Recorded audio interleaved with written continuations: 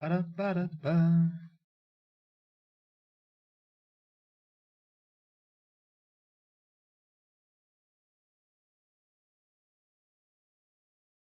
And we are live. Hello, everybody, and welcome to Forever Rugby on Forever Sports. It is Rainbow Cup Week 4 time, and we are gearing up for the Sharks versus the Stormers, the first of two encounters today. After that, we are going to be having the Bulls versus the Lions, shall I say. And that clash is going to take place in Ellis Park in Johannesburg, the second home game for the Lions. And yeah, so just busy sort of settling in and getting organized. So before we get going, let me know what your score predictions are down in the comments below. Smash like on the video as well.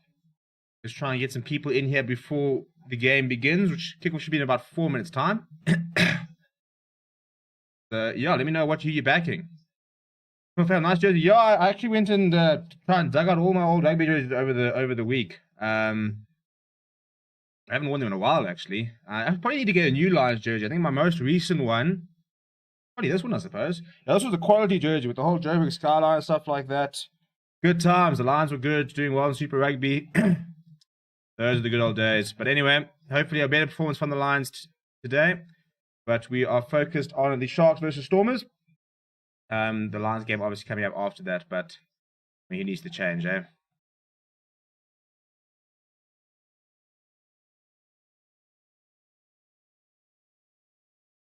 Right, so at the moment the temperature is 18 degrees, so quite cool in Durban. Humidity is 63%. The conditions are apparently slippery. A lot of clouds in Durban, looking like it's going to be quite a wet game, which should favor the Sharks. It's weird. It favors the Sharks and yet favors the Stormers at the same time, because the Stormers got a very big pack today, but the Sharks play have the most kicks in the competition, so they play a very kicking-orientated game, which does suit wet weather. So the Stormers back three are going to have to be ready for a complete overload of up and unders. They're going to have to be very good under the high ball there.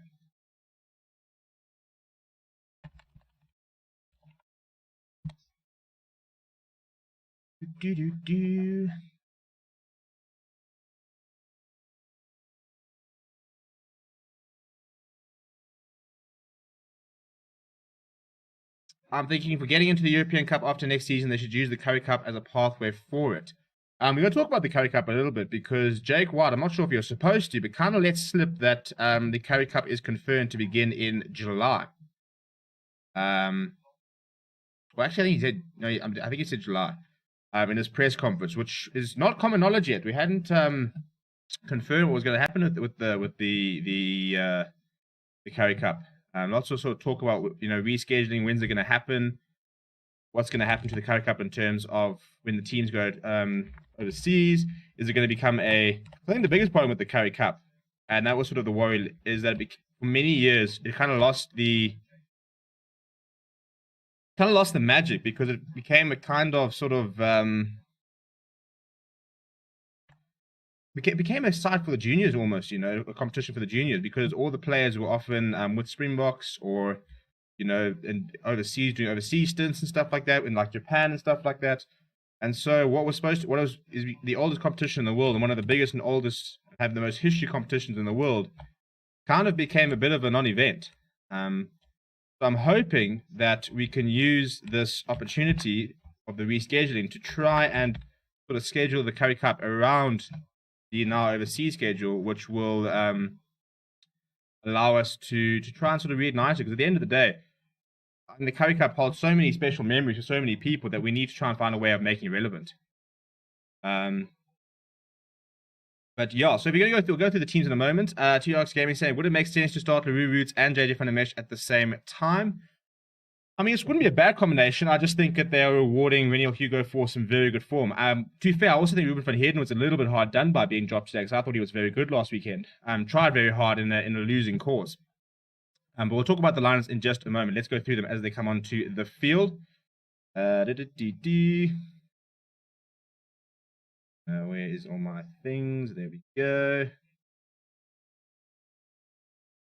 Right, so looking at the Sharks side as the Guido gets them ready. Bernard Cock loving life. I mean, you got to admire Bernard Cock. Never gets an opportunity, but always plays a smile on his face, always seems to be having a good time. But Apelele Fassi is obviously starting. Spoon Corsi is back after an injury. It's good for the box, good for the Sharks.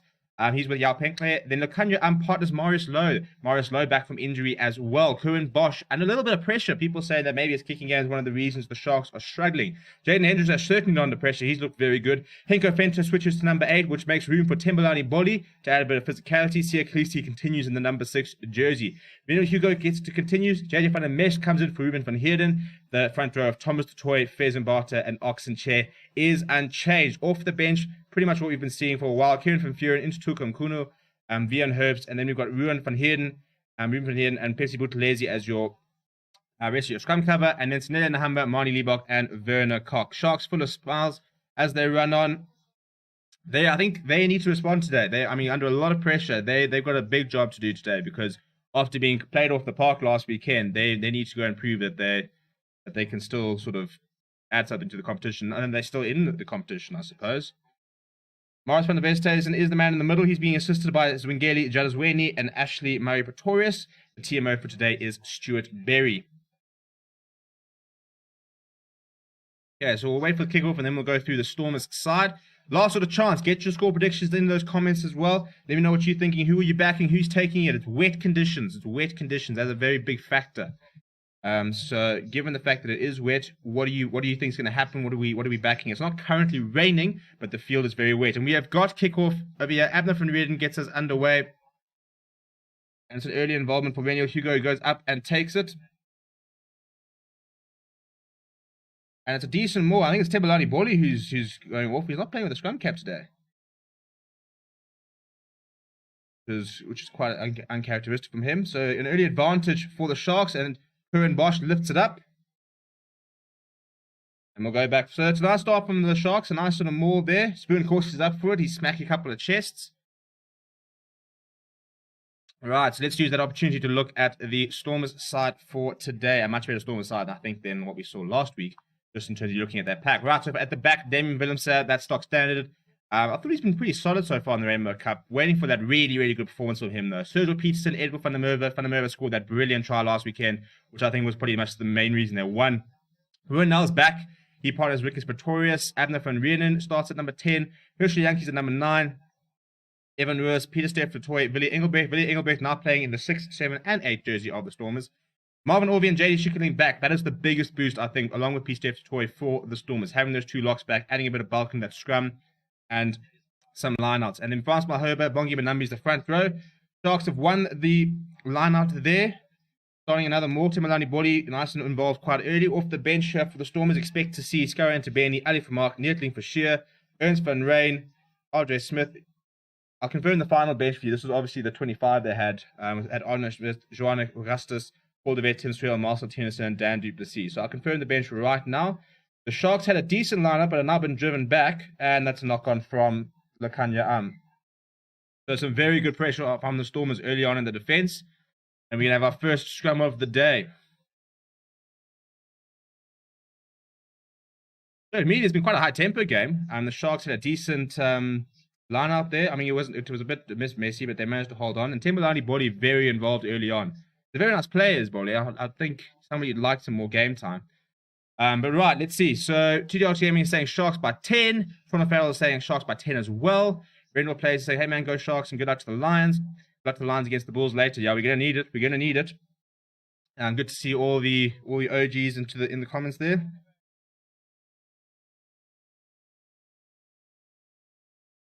Okay, so we've got time off here as we wait for. I don't know if somebody's down or just conditions and stuff like that. But this is going to be a big moment, I think. I think the scrums are going to be a huge part of today's battle. And, obviously you've got a Springbok front row versus two props who are pushing for a Springbok call-up. But I think having those two locks behind that front row is going to be a very big boost for the Stormers today. So interested to see how Marvin Ori and JD Schickerling do impact. Please do smash a like on the video as well. Sitting on one like to try and see if we can get that up to sort of 10 before half time. We've got a scrum inside the Stormers half. About the 10-meter line. Looks like it's pretty solid. No, neither side giving there. A very good scrum. Second shot coming in from the Sharks, but counter shot from the Stormers. They use it, and Abner van Rijn looks to shape to kick it, but decides to run himself. A little indecisive there to Abner van Rijn. Strickland carries it up for the first time. Herschel Yankee's looking for the box kick here. Under quite a lot of pressure from Sia Khaleesi, but he does get the kick away. An early touch for Apele Fassi. He puts it to his left boot, kicking it down the middle. Well positioned from Van Reenen, who kicks low. And that's that shows you how wet it is. I mean, didn't quite go out there. And Apele Fassi is going to run here. He runs around one. Eventually brought down. I think it's Damien Willemse there. So the Sharks back in their own half. Cohen Bosch now. He picks it up and high. Right, here we go. So this is the kicking battle I suppose we expected. A good take from Adnan van Reenen, a good defense from Spirit Corsi. Very nice tempo early on in the game. And the Sharks come straight through that, but illegally so. So the Stormers will... Oh no, sorry, it's a knock-on actually. So it is legal to come through the middle. It just lost the ball in doing it. Yeah, well, for a wet game, it's been quite a hectic start here. We had some end-to-end stuff here. Well, I mean, if they can continue this sort of tempo, I think we're in for quite an interesting game. Already a couple of players' time to look to run, which I didn't think we were going to see too much of. Control Foul saying at least wet ground is good, getting them ready for Europe by September. Yeah, well, I suppose that is the thing, isn't it? How quickly can we adapt to these sort of conditions? 18 degrees though, so it's a bit warmer than I think what they're going to see in Europe at the end of the year. But look, it's getting cold. It's getting cold up here in the north. I think when we start seeing late kickoffs, we are going to start seeing those temperatures dropping to sort of the low single digits. Bit of a messy scrum there. We're going to have a reset. I wouldn't say either side looks like they've got any sort of dominance yet. In the two scrums we've had, it was a very good first scrum, nice and even between the sides, which is always nice.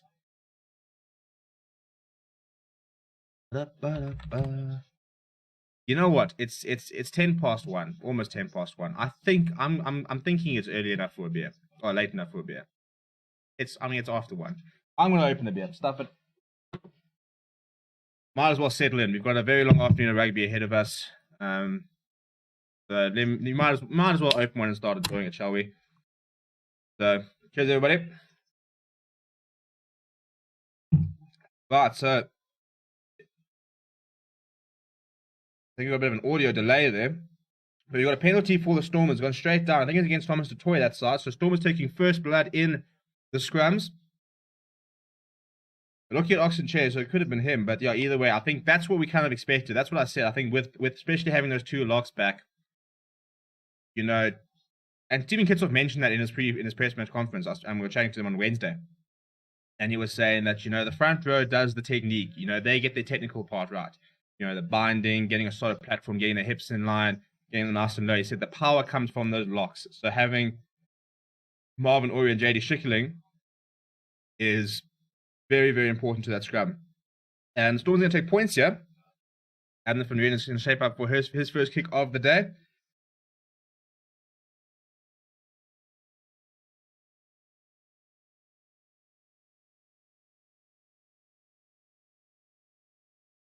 A decent goal kicker is Adnan van Reenen. He's missed a couple of strange ones, but half the time he's fairly solid. I mean, the kick here today, it's right just past the halfway line. Towards the left. Oh, it's not a great strike. It's a horrible strike, in fact. I mean, he's completely scuffed that, and it's landed in the 22. JJ van der Mesh cleaning up. That's a horrible strike from Adnan van Reenen. So not the start the playoff would have wanted. Right, now Cohen Bosch. Not looking for territory. Every single time Bosch has kicked, he's gone very high. Making it contestable. Spirit Corsi gets that up, and he's already at almost 1. It's a knock-on, so there's an advantage. And the van Reenen gets bundled in his touch, so we'll come back for the knock-on. So we're going to have another scrum. So, yeah, look, expect a lot of scrums today. It's very wet. It's going to be a big kicking game. A lot of pressure under the high ball. And look, Spirit Corsi and Yao Penkle, they will chase those kicks down for all money the entire afternoon. So, if you're a scrum fan, which I'm not, I must admit, settle in because you're going to have a good day. I do think we're going to have quite a lot of stoppages, quite a lot of scrums. And it could be quite a frustrating aspect of the game. But it is wet rugby. It is what we have to get used to. And I think what I was quite impressed with, though, must have been, I think it was the kickoff series in about March, when the Sharks played, I think it was Durban. It could have been Cape Town, though. It was very wet. It was raining, and yet their ability, they still threw the ball around. Sikimoze Noche was running around that day. They were throwing the ball around. It was almost like they were playing in dry conditions. That's a scrum penalty to the Sharks. So that's a huge scrum from the Sharks. So a nice little bit of afters there. Jaden Henderson getting stuck in with Hershey Yankees. And they've won 10 meters, in fact. So, look, I'm just going to restart my stream because I don't know if anybody else got an audio delay or was it just me. But Morris from the base station is busy chatting while the whistle's going. So, definitely not. He's going to have a shot at goal here as Kerwin Bosch. This is behind the halfway line. So, this would be a massive kick if he gets this. Remembering this isn't at altitude. This is, I mean, you can pretty much kick into the ocean from Mozambique. So, I think on the angle, he's probably going to attempt a 60-meter. Which will be an impressive effort given where they are. Adnan van Renen had a horrible attempt earlier. I mean, you can sort of maybe say it's a bit wet underfoot and didn't manage to get a grip, but it was a horrible, horrible effort. It went about 4 meters above the ground and, yeah, dropped about 30 meters short. Not quite, about 20 meters short. Maybe 15, if I'm being fair. But why be fair, you know?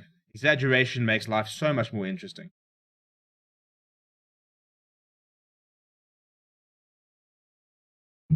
Right, Kerwin Bosch. Your opposite number buckled with a 45, maybe a 50-meter kick. Can you slot a 60-meter? He does strike it so well. It's going straight. It's going straight. Oh, my living. He's got 3-4 meters on that. That's gone straight over. That's a very, very good kick from Kerwin Bosch. First points to the Sharks. That's a bit of a warning shot, I think, if nothing else. That's Kerwin Bosch saying, listen, you want to give a penalty away within 60 meters, and I will punish you. That's a fantastic kick from him. That's probably his biggest sort of, his biggest asset, I think, is that boot of his. Adnan van Renen now going pretty short. Well taken from Reniel Hugo. So it's a good take there from the Sharks. Right, now can they exit?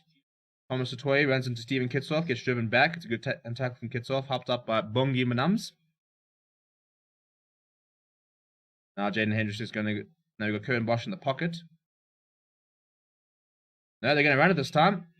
Upleader Fassi now uses his left boot to get them out of trouble. He kicks downfield. Well read from Adnan van Renen, who's bringing Damien Willemsen to the game. Right, now. Willemsen kicked that looks like it's gone quite deep. No, it's going to land perfectly. Very well taken by Upleader Fassi. That's a fantastic take. And they've maintained it. Temilani Bordia alive to the threat. He shrugs off JD Schicklin. He's still going. I like Temilani Bordia. Really, really good player. The fighter, you know, he's one of those players. I mean, he'll give you 100%. Got some nice handling here from the Sharks, but he won't let anybody try and physically dominate him. You know, he's very, very aggressive on the ball. So Storm is looking to try and add quite a lot of pressure on the Sharks, but so far, now we go. Kerwin Bosch looking for a bit of distance this time with his kick. Edward van der Merwe, I think his first touch of the game, gives it to Damien Willemsen. He's going to apply with an up and under. Did it up perfectly last time. This time, Kerwin Bosch is uncontested. Now he sees some space and decides to run to P-Steph Toy. That's the best decision. Big counter ruck from P-Steph Toy, putting Jaden Henderson under a lot of pressure. And he then grabs Jaden Henderson and forces the tackle. Good defense here from the Stormers, but the Sharks do keep it. Right, now we've got some space out wide here. Lekanya he goes inside. Ooh, and they can't hold on to it. We're going to have another scrum here. But Sharks looking quite good there. First time they've kind of gone wide. Lekanya found himself out on the wing. Marius Low sporting a new haircut. Quite difficult to recognize him. This is brilliant by P-Steph Toy. I mean, the clean out comes in on Temilani Boli. Also then grabs Hershey Yankee, so he can't, I mean, Jaden Henderson, so he can't get away. I mean, blooming having P-Steph Toy is like having a cheat code, isn't it? I mean, he was the World Player of the Year 2019 for a very good reason. And that's kind of why you sort of sit there and you think to the Stormers, how are you guys not the best side in the country? I mean, you look at the amount of World Cup winners. You've got 4 World Cup winners just in the pack. So you really should be dominating. You've got Marvin Ory, a Caps Springbok. You've got JD Schicklin, who's a South African tourist. You know, Willie Engelbrecht and Evan Roos, yeah, fine, maybe not Springbok part of Springbok setup, but you've got Jean Augustus coming off the bench. Sun's gone down there, so we're going to have a reset. But I think that's why there's a lot of pressure on Don Dobson. And look, it's not just, you know, what's happening on the field. You've got to look at the off-field antics and the fact that Western Province Rugby is a bit of a mess at the moment. But this pack, when you compare it to the Sharks pack, you know, Thomas Satoy, World Cup winner, Siya Kolisi, World Cup winner. That's it, isn't it? It's Payson Bart is a very young player. Timberlani Bodi's been around the place, never really managed to settle. Henko Fenter, you know, not bad players, but certainly not the quality of the Stormers. Oh, that's a big scrum from the Sharks. Frans Malherbe under a lot of pressure. It's collapsed. And we're going to have a reset here. My audio is still not synced, so I'm hoping everybody else is having that issue as well. We're going to have a reset here. Looks like Oxenchair is putting a lot of pressure on Frans Malherbe, which is you don't see particularly often. Frans Malherbe, that's what he does. He is there to scrum. I mean, you look at him, he's not exactly going to be your most mobile around the park sort of forward that Oxenchair might be, but he's a very good scrummager. So the fact that Oxenchair has the upper hand is quite interesting, actually. Obviously very wet underfoot, so it's quite difficult to scrum. Not ideal conditions, but you got to adapt. Next World Cup's going to be in France. You're going up to Europe.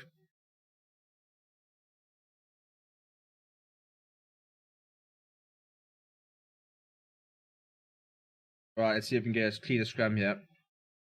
Going down once again. It's a penalty to the Sharks. It's another penalty from the Sharks. Yeah, Frans Malherbe under some huge pressure. So, at the moment, it's all one-way traffic. I mean, Stormers have had very little possession. Sharks definitely have had the bulk of the ball. And I reckon Cohen Bosch is going to point to the polls and say, there we go, I can make this 6-0.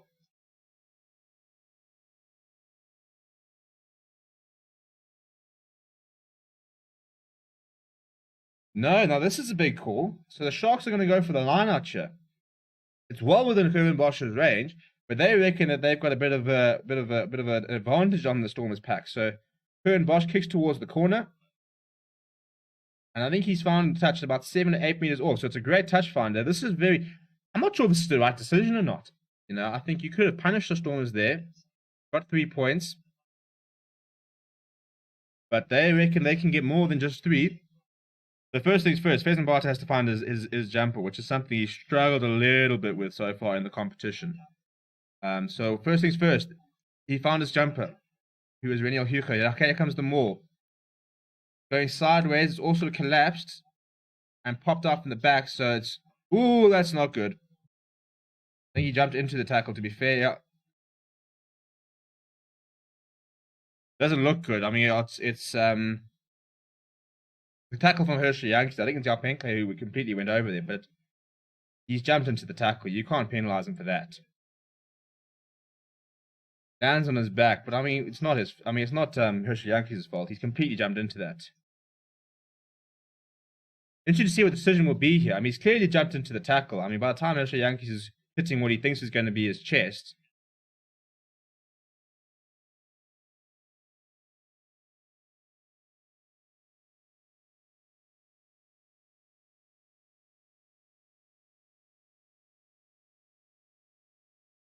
Yeah, so we're going to restream with the scrum for the Sharks. Morris, yeah, I completely agree. Saying there's no foul play. The tackler jumps into it, so he creates the danger himself. So it won't be a penalty for the Sharks. It'll just be a scrum. There's sanity prevailing there because we've seen far too many yellow cards, far too many sort of what's been deemed to be foul play over the last couple of weeks. So it'll be nice to see that that isn't a foul play.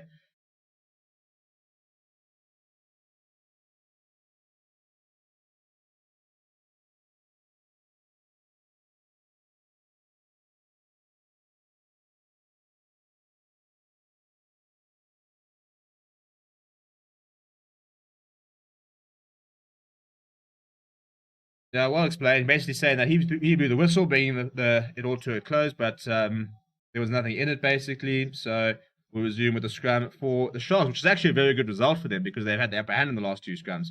So if the Springbok front row was to try and make a big difference, then this is it. So Frans Malherbe has conceded 2 penalties so far. This is actually a massive game for Oxenchair. If he can go put in a big scrum performance in today, he could sneak into that Springbok bench. I think, you know, loose heads, you're looking at, I mean, Lizo Kaboka's got to be up there as well. Oxenchair, those two are probably vying for that sort of extra spot in that Springbok squad. Kind of going toe to toe. So if he can do a big job against Francois Herbert, who's the incumbent tight end for Springboks, that really puts him into the conversation.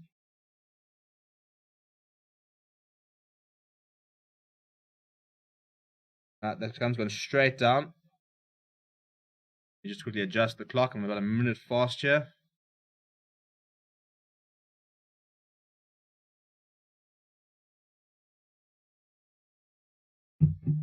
Time off.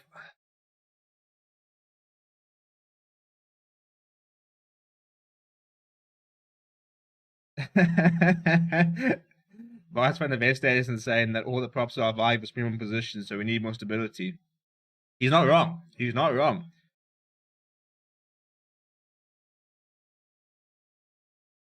I mean, four of the six in that front row are World Cup winners. You know, they're part of that squad there, and Ox and Chair definitely pushing for that spot as well. So. Well, it's gone in. It's come straight out. So Jaden Henderson should have the opportunity to take it. Hershey Yankees bridging offside. He often does. It's another penalty to the Sharks. Jaden Henderson's taking it quickly. Pen Cleaver comes in. Jaden Henderson's gone again himself, but he's been wrapped up by some pretty big Stormers players. I don't think that ball's coming out. Can they get it out? Can they get it out? Yeah, it's kind of available. Thomas Toy dragging a few players out the way. Pick up and go. I think that was JJ van der Mesht. Emilani Borley now going. A couple of pick up and drives here from the Sharks, but the Stormers are holding up pretty well.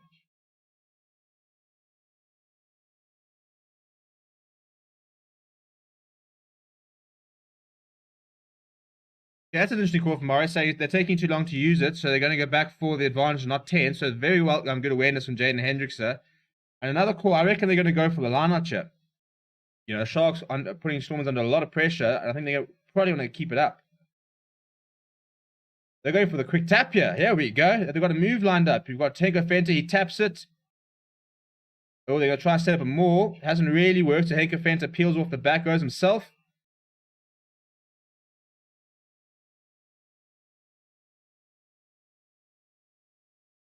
Another advantage here for the Sharks. Stormers under a lot of pressure here. A very good carry from JJ van der Merwe. Has he gone all the way? No. Working on his knees as the call, so he'll come back for the penalty. But Stormers, I reckon, are going to have a talking to. I think I heard a double whistle there. Then Kistel's going to be called to the principal's office and told that if his boys don't sort out their discipline, that he's going to lose one. TDX only saying short props can have an advantage. No, definitely. And an Oxen Chair is getting himself underneath Francois Herbert and causing all sorts of problems.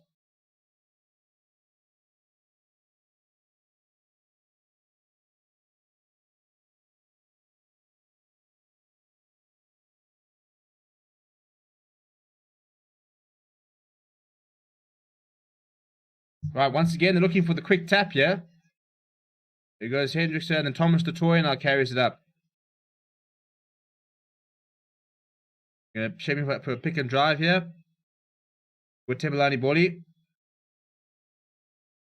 A very nice carry from him, backed up by Sia Khaleesi and Renel Hugo. Hendrickson asking for another pick up and go. Fraser Barter goes himself, gets driven back. Hendrickson now asks JJ van der Merwe to go, but he's driven back as well. It's a very good defense on the line here from the Stormers, it must be said, but can they hold out? Oxen Chair this time, he can't get over. Nope, he's seen a grounding. He has seen a grounding. Oxen Chair has done it. After all that pick up and go, the Sharks have finally scored. Very good work there, and just outbusting the Stormers. Some good continuity. Oxen Chair got 7 tries in his career. He's not a stranger to scoring, but maybe not his most beautiful try, but that's just raw power, isn't it? I mean, he's backed up by by Kimberlani Borley and Dukanya. Eventually gets over, manages to reach over. Abner van Renen, I mean, oh, very well. Good awareness from him. Abner van Renen sort of was the tackle and kind of rolled off, and Oxen Chair slid a little bit of a click straight over. No issues for him. Good day in the office so far for Oxen Chair. He's won 2 scrum penalties against Francois Herbert. He scored a try. He's saying, Rusty, I hope you're watching. I'm an extra large. Get me that shirt nice and ready. I look good in green. Curtin Bosch says, thank you very much. I'll add the extra 2. We'll take a 10-0 advantage in the 20th minute.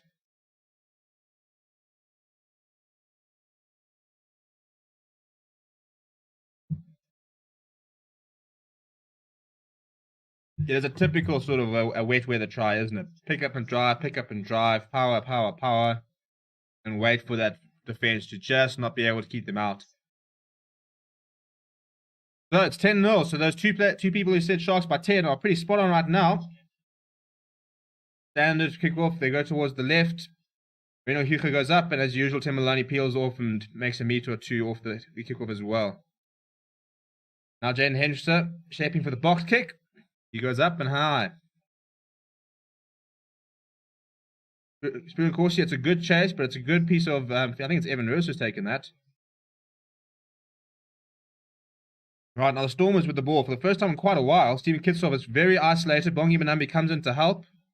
I think the Sharks have turned it over.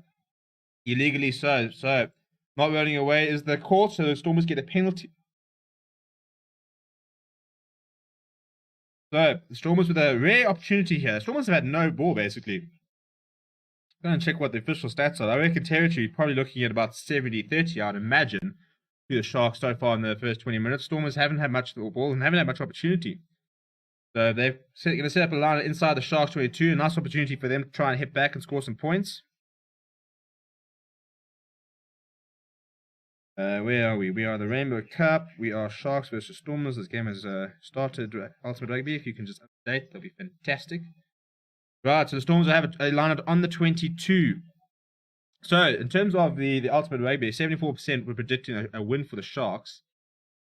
Where are my statistics? Well, that's useful. Well, no stats have updated just yet, so I can't tell you what the possession stats are. The Stormers was a bit of a messy maul there, so now Ruan Null carries it up, but we're going to go back. I think it was a knock-on, yeah, a knock-on. So the Stormers just can't do anything right at the moment. I think it's Evan Roos, the man who's knocked it on. The first opportunity for the Stormers to try and build some momentum, and they've dropped it, so they'll have another scrum. Here we go. Yeah, 69% to the Stormers, to the Sharks, 31% for the Stormers in terms of possession, so it's pretty bang on there. 79% territory, so Stormers pretty much have played the majority of the game in their own half, but they need to try and change that. I think we need to try to update the tackle stats here. Actually, no, it's about right. So the Stormers, look at this. The Stormers have had to make 30 out of 36 tackles. They've had to make 36 tackles. They've been asked to make 36 tackles. The Sharks have been asked to make 4 tackles. 4 tackles! That's unbelievable in 23 minutes. Better scrum there from the Stormers, but the Sharks managed to get it out. Now they bring their back line in. They go out wide. Now Pinkley's got some space. He cuts inside, gets away from Adnan van Reenen, but Rick Pretorius manages to bring him down. Cohen Bosch spots a bit of space in behind, trying to turn the players, but Damien Williamson is very well placed. Now he goes himself. Right, yeah, he goes for a distance there. Cohen Bosch now, he returns the favour along the floor there, bounces up for Edward van der Merwe. He's going to run into contact. He runs straight into Thomas. Oh, he's managed to go through. He's got a bit of space. Up into Fassi. Yeah, Pinkley. No, he's gone all the way. Edward van der Merwe, take a bow. That's another brilliant try from him. Something out of nothing. Thomas Toy missed the first tackle. He had 3 players around him, but he handed off up into Fassi. Out Pinkley came in, but couldn't stop him. That's a brilliant try. Edward van der Merwe, take a bow, chap. Spots the space, steps out wide of Thomas Toy. He had to make that tackle. He then steps on outside of Temelani Boli. Now, decisions. Handoff, it's far too easy from Fassi. That is so poor from Fassi. You've got to try on and actually tackle here. I mean, you can't be... come on, mate. Look at the size of Edward van der Merwe. You're a big... Apele Fassi is not a small person. And he kind of just sort of applies a bit of sunscreen, a bit of touchies there. Come on, mate. Dive in. Take the legs. Get in there. But for Edward van der Merwe, that's 2 tries in 2 games.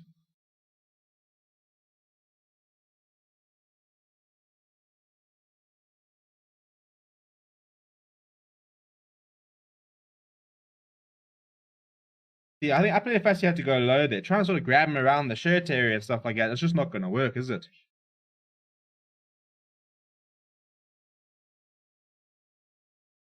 Obviously, it was a pretty straightforward conversion. He went through right by the pole, so there's 10-7. Sharks go deep with their kickoff. Rick Pretorius fields it, and he kicked. That's actually a really good kick. He's found touch on the halfway line. Well played, mate. Right, well, the Stormers, under all that pressure, have decided they can actually play a bit of rugby, and they're suddenly looking at a whole different side all of a sudden. It's funny how moments like that Endo van der Merwe moment, can just spark something, you know? All of a sudden, Rick Pretorius fielding the kickoff, putting in a huge boot like that, Sharks all the way back at their half, inside their own half, in fact, with the line out. Much better from the Stormers. Let's make a game of it, people. As one of the neutrals, Brendan Prey saying, "Come on, Sharks, no heart attack today, please." Well, as a neutral, all the heart attacks. Nice and neutral, nice and close. Timberlani boys left the ball behind. Right, now can the Stormers counter? Ruan now sees a bit of space. He tips him behind. There's a lot of pressure on Jaden Hengster. Damien Willemse wraps him up. But there's a lot of Sharks players back to try and protect him, but they've been pegged back to inside their 22.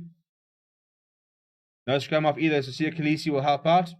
Brings in JJ van der Mesh.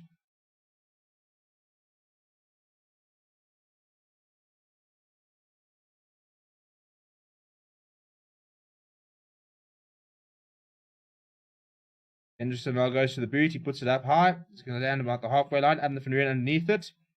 He steps around Jaap Penkler. Now he's going on his own run. Oxenchair decides none of this nonsense. I'm bringing him down. Damien Willemse. Oh, it's a nice step inside. Almost thought about getting the pass away, but doesn't. Pick up and chase from Evan Lewis. This is a whole different Stormers side all of a sudden. Their first bit of extended possession. Good cut-out pass there from Herschel Yankees. He stepped the toy out wide. He powers past Boone Corsi. It's a nice tackle on him. Oh, that's a very well piece of play. I think that's a brilliant turnover from the Sharks. Timberlani Borley now going over. That's Marius Lowe with a very, very vital turnover. The Stormers are looking very good there. Now the Sharks will look to counter as well. Benke trying to get Chiklisi in. Kanya always gets his arms free. He finds a bit of space. Fezin Barter. Oh, it's a big tackle from Willie Engelbrecht. You don't want to run into Willie Engelbrecht, to be honest. But the Sharks still have possession. They're inside the Stormers' half. Or was it the halfway line? I lie, that's the halfway line. They're on the halfway. But JJ van der Mesh gets through, but we're going to come back for a knock-on.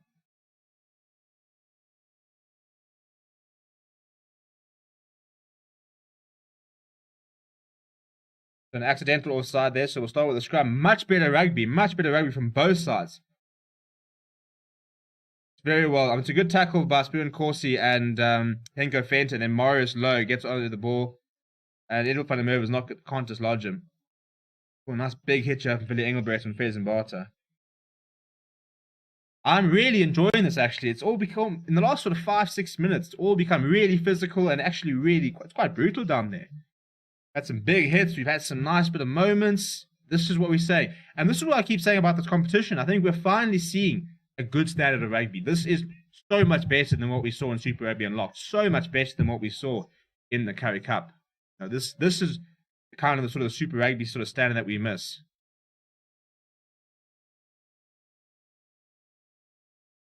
Okay, so Morris van der Westhuizen has called a stop to the game. They want to go back and look at a dangerous clean-out. I must admit, I think I know what they're talking about. There was a clean-out that came in. I don't know who it was. I think it was Willie Engelbrecht that comes in, yeah. Nah. I think it's fine. He's trying to clean out the Kanya arm. His arms all wrapped up, trying to bring it, and then they're trying to suck in Marino Hugo into the ruck as well. I think that's fine. There's nothing in that. It's a good clean-up from Willie Engelbrecht. He's doing a big game, actually, for the Stormers. Hasn't quite been the dream loan just yet. Got a red card in his first game. It was rescinded, but he got a red card in his first game. So never the way you want to start your time at a new union.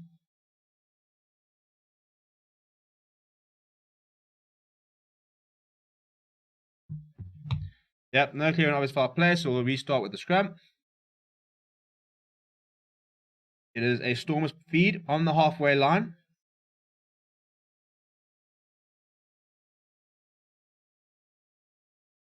An interesting point from the commentator made there. I think these checks are good, but I think we need to start moving towards maybe having an additional TMO where when that happens, as it happens, one person can immediately say, right, pull that up, let me check. And then when it comes to the stop, Morris can go, you check, and they said, cool, we checked it, it's fine. You know, and I know people want the referee on the field to be making the decisions, but we need to get away from those sort of stops. That's an unnecessary pause to the game. You know, we wasted I don't know what, let's call it 30, 40 seconds, probably about a minute or two.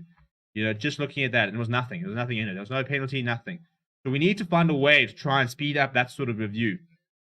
So yeah, I think maybe that could be an idea. You know, do we get an extra TMO in, and somebody who can review that as the play is happening?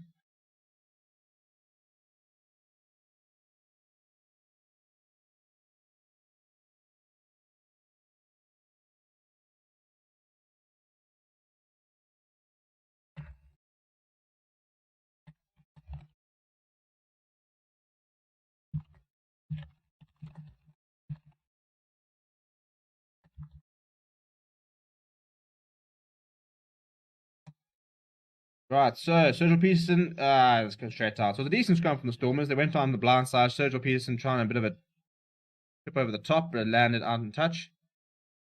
So it was actually out in the full, so they'll lose the 10 meters that he actually found with his trip over the top. Sean McPhail saying, I get the pain in the ass with reset scrums. I think it's pointless. Yeah, it's just frustrating. You know, as I said, there are so many stoppages in the game already that we need to find a way to try and speed up the game. Just not enough time with the ball in play, to be honest.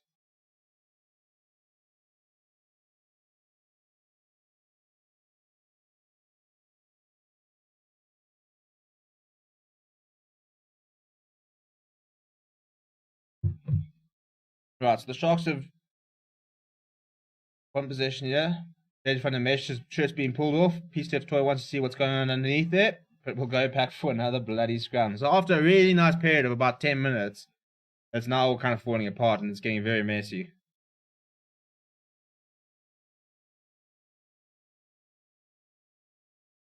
Time off here. Morris, what have you got to say now, chap?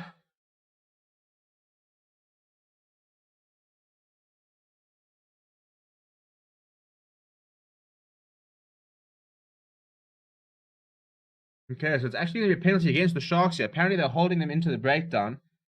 Henko Fenton, the man who's being penalised there. So it's actually suddenly become a Stormers penalty and they can kick towards touch, which I'm actually quite relieved about. Through the scrums, it's just taking so much time. Damien Williams is now going to be asked to find a bit of touch and the Stormers can try and put some points on the board. Let's get a game of rugby going here.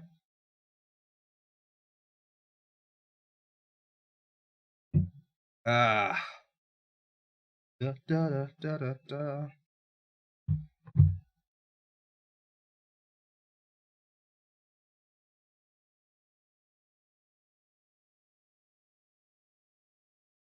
Yeah, so it's Oxen Chair there who's just holding Marvin Ory, so he's not allowing him to get up from the ruck. Stormers have won the line out, and it's completely sort of fallen apart here, the attempted maul. Sharks come straight through, and they've got hands on the ball here, so this is going to be a turnover scrum, I reckon. Yep, brilliant defense from the Sharks there. Came straight through the middle. Francois Herbert decided he wants to throw a few cups. Timberlani Boli, he's not backing down. Billy Engelbrecht trying to calm things down, he would have thought. But I think Francois Herbert's just a bit grumpy today. He's not had a good day so far. He's been bullied at the scrums. He was bullied at the maul there. Man is not happy. The Sharks are winning the small battles here. I think that's why they've. I mean, look, they've been pinned back in the last sort of 10 minutes, but definitely winning more of the small battles than the Stormers are. And when you win the small battles, you often win the larger battle. You know, win the small battles, win the war. I mean, it's immense pressure here. It's Temelani Boli and Henko Fenton who come straight through the middle. They get their hands on the ball.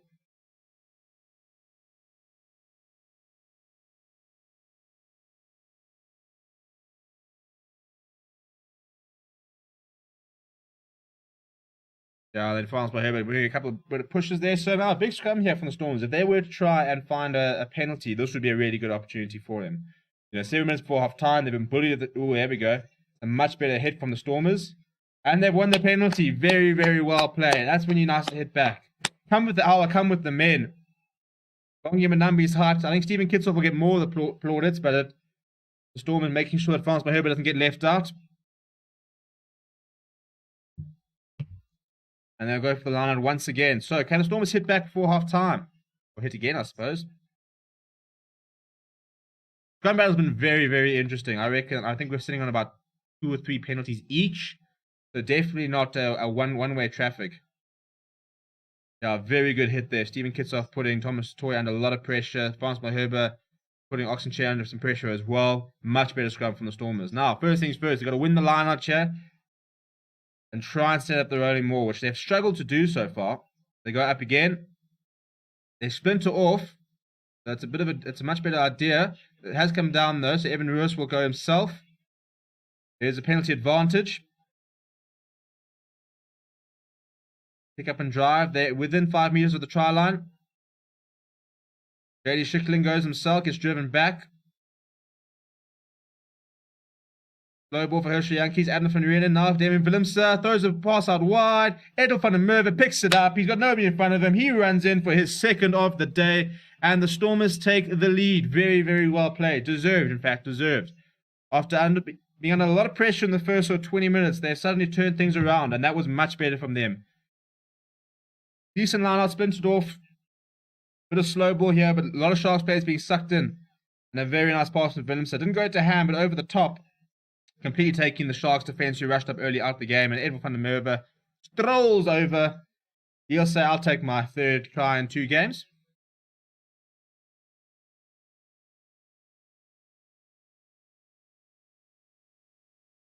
Can we just talk about how horrendous Edwin van der Merwe's scrum cap is? I mean, I didn't know Skullcandy made scrum caps, but that's really not a great look. Right, Adnan van Reenen, 1 of 2. The one was right in front, and the other one was a horrendous effort. A much easier kick than the first one. He's placed it on the 22. He's about 50 meters in field. Oh my living. Mate, it's the 2 white things that go up here like that. That's what you're aiming for. I mean, he's put that about 40 meters wide. Not quite. But that's a horrible kick from Adnan van Reenen. Anybody else kicking the Sharks camp? Fussy, can you kick? Marius Lowe, can you kick? I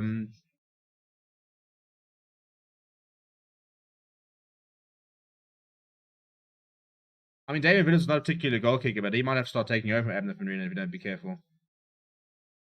Rex Pretorius once again under the high ball. Steps away from Spoon Corsi. The Stormers have the safety of touch.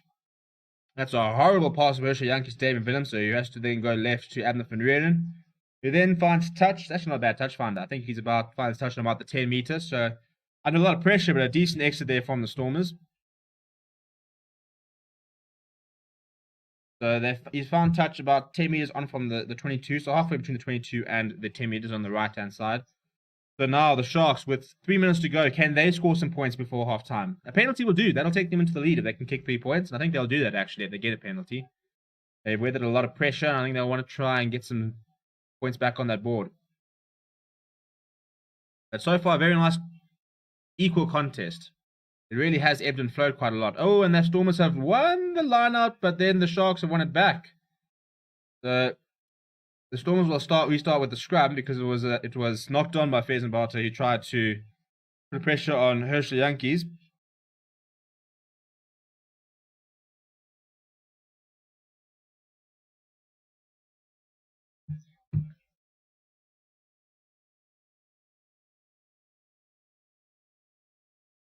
I mean, it's funny because, yeah, it was a line-out steal, but all of a sudden, it was an awkward ball for Herschel Yankees, and if Fezenbarter managed to hold on to that, suddenly it would have been the Sharks well in the 22. We're going to have another scrum here with 1.5 minutes to play on the board. I suppose I should make it 1.5 minutes to play on my board. I mean, for the Stormers, it's just a case of clearing their lines, isn't it? Win the scrum, find some territory, get to half-time, go have some oranges, come back for the second half. Thank you to the 2 people who've subscribed. We're now 1378. Surely there's 2 more people who haven't subscribed and get us to 1380. Surely. If you haven't, subscribe right now. Get us up to 1380. Let's see it tick over. Also, please do smash a like. We've got 31 people watching. 4 likes. Surely we can get to 10 likes before half time. Stormers have got a penalty. Herschel Yankees wants to take it quickly, but he's about half a mile away from the mark, so they comes back.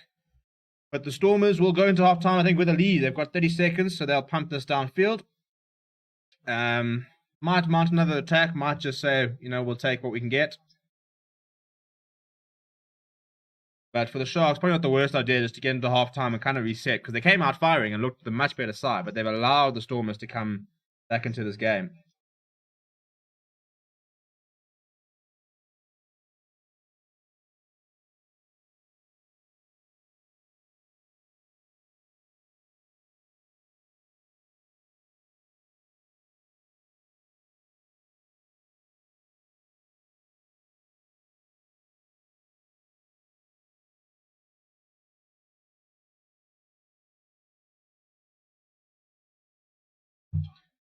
Halftime heater is gone. Stormers still go with a maul. It's going towards the touchline there. Hershey Yankees. He delays the pass. Oh, some good hands there. Rick's Pretorius. Oh, once again, Evan Ruiz, but it's been well intercepted there by Upler Fassi. So the Sharks have turned it over, and I think they'll kick this into touch. Oh, Hendricks says a horrible pass. Kerwin Bosch under a lot of pressure, so whatever the plan was, they're going to have to delay it. And I think with the Sharks under pressure here, Upler Fassi says, thank you very much. We'll go into halftime with a 2-point deficit. We don't mind. We're going to reset. Right, so halftime in Durban, it is 12 points to Stormers, 10 points to the Sharks. We'll sort of summarize the half in a little bit. We're going to go to the bathroom quickly, and then we'll come back and look at some stats and see where it went wrong, where it went right. Don't go away. Smash a like on the video. Thank you to that one person who subscribed. Thank you to the extra person that smashed the like. Please do continue to keep smashing that like and continue to keep subscribing. And I'll be back in a few minutes. Let me just get the halftime up there on the scoreboard. Right, I shall be back in a few. Don't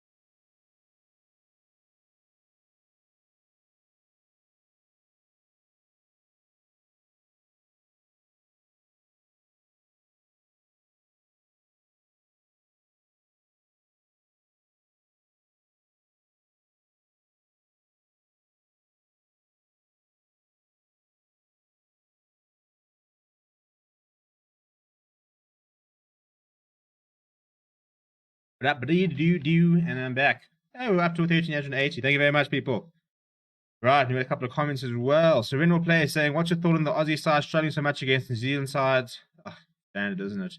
Francois, 25-20 for the Stormers. That's a full-time prediction there. Renal Play, I'll chat about that in a moment. Let me just go through a bit of stats for the half, and then we'll chat about the Aussies. I have no time for Aussies. If you're Australian, I'm sorry, but I have no time for the Aussie sport at the moment. The way that they're kind of just sort of the South Africans are like that weird cousin at a party, you know, choosing to come here and they mishap the lines to it there and their whole little shabam. But yeah, let me look at the stats for today. Hey, let's go.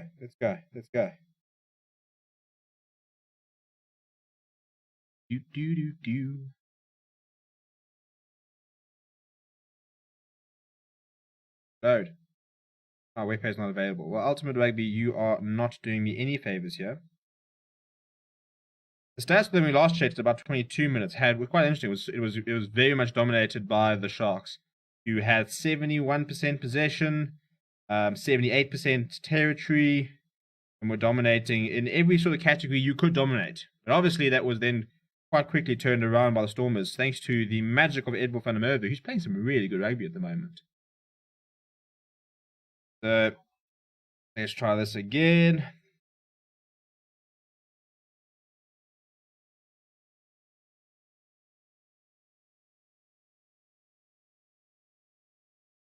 This is taking ages. In the meantime, so in terms of the Australian teams struggling against New Zealand, I think at the end of the day, rugby's just not that serious in Australia.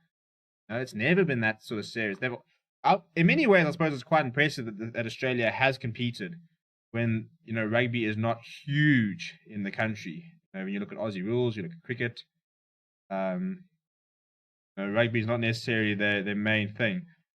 So I look at the sort of the Trans-Tasman, and I haven't watched a lot of it. I admit I've been quite busy, so I've been trying to sort of keep up with it. There's just so much rugby to watch at the moment, isn't there? Which is great, but it does make things a bit more difficult. With the Premier League finishing, you know, a bit more time. So, yeah, but I mean, we're looking at the results for this weekend, and you've got Blues 48-21 to the Waratahs, Chiefs 40-19 against the Brumbies, Crusaders 63-28 against the Reds. So a lot of people are saying that they miss Super Rugby and that we must go back to Super Rugby and stuff. I don't miss it. Does anybody else miss Super Rugby? I really don't miss it. I mean, look, I'm not saying I'm really happy with the Rainbow Cup, because I'd like to get back to playing more teams.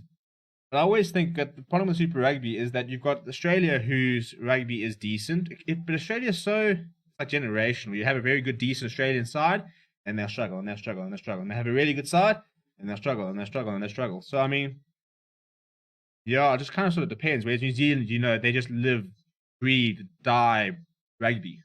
They're always going to be competitive. And I think that having the domestic competition, as we've got Kickoff here, by the way, Supersport didn't really do their timing very well, so hang on. We're busy looking at interviews. Next thing you know, we're playing. Right, sorry, so got caught a bit unawares there. Thanks, Supersport. Cheers. Let me just share my scoreboard. So we've got a Stormers line out on the Sharks in the Sharks half. Let me get my scoreboard and everything back up.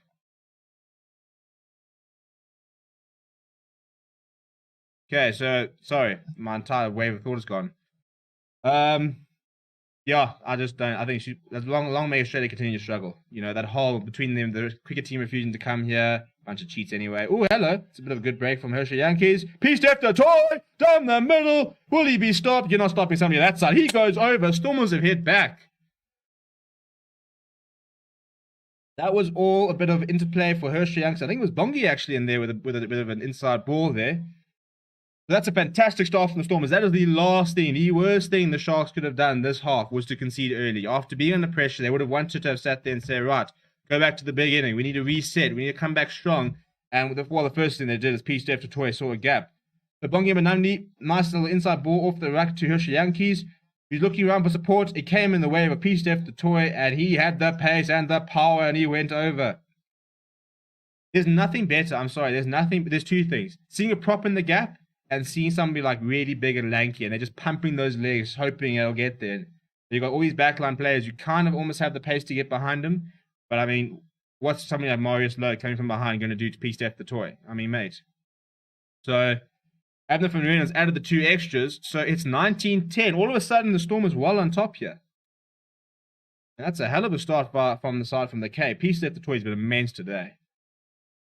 Muriel Play says Super Rugby was boring. I've wanted SSIs in Europe for years now. The time zone thing always said, well, that was the thing, you know.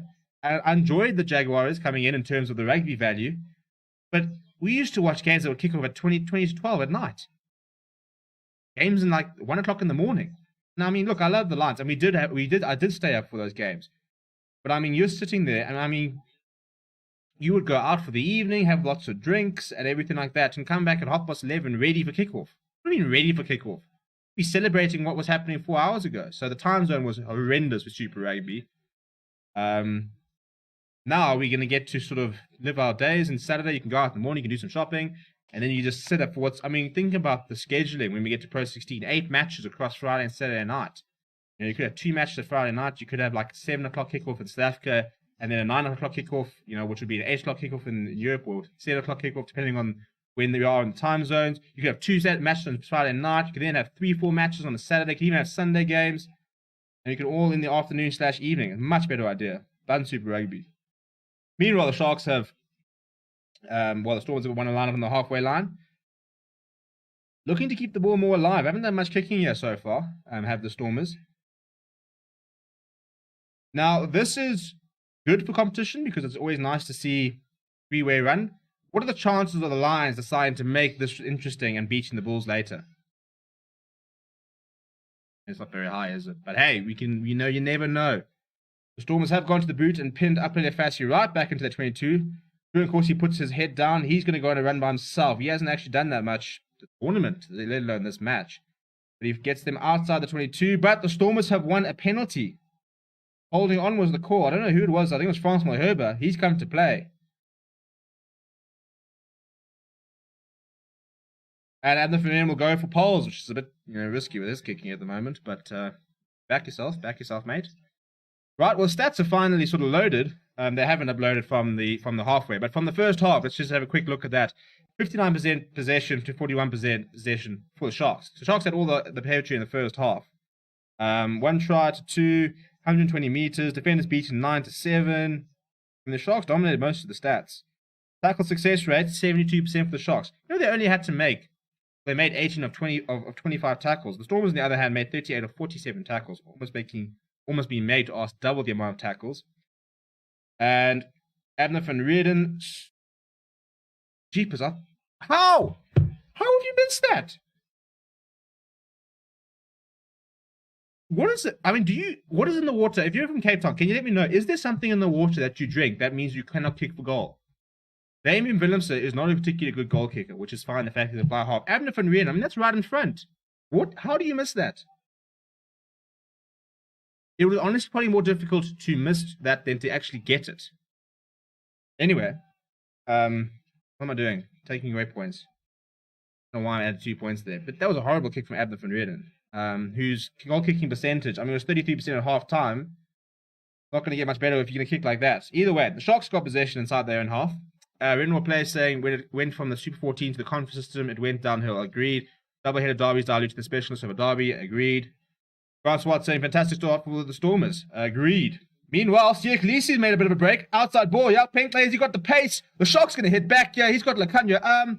Yao Penkley's going to go himself, and they hit back after all that, saying the Sharks are nowhere. Abner van Reerden, this is on you, because if you get that kick, it's a kickoff, and the Sharks are all the way back in their own half. But that is a brilliant counter-attack try, and the Sharks are back into it. This is rugby, boys. This is what we want to watch. Competitive rugby, nice and close game, ebbs and flows, swings and roundabouts. Very good awareness from Jaden Hendricks. He threw the inside pass. Sieg Lisi, boom! Thank you very much. See you later. Goes himself, pass out to Yao Penkley. Very well played from the Springbok captain, and all the pace from the wing. The Sharks have hit back, and suddenly this could become a 2-point game. That was all. It was Hershey Yankees. I mean, sorry, it was Jaden Henderson with the cutout pass, and then Sieg Lisi, bang! Timed the pass well, and Yao Penkley did the rest. Right, now Kerr and Bosch has got 2 from 2 kicks so far. Abner van Reenens at this rate would get about 2 from 10.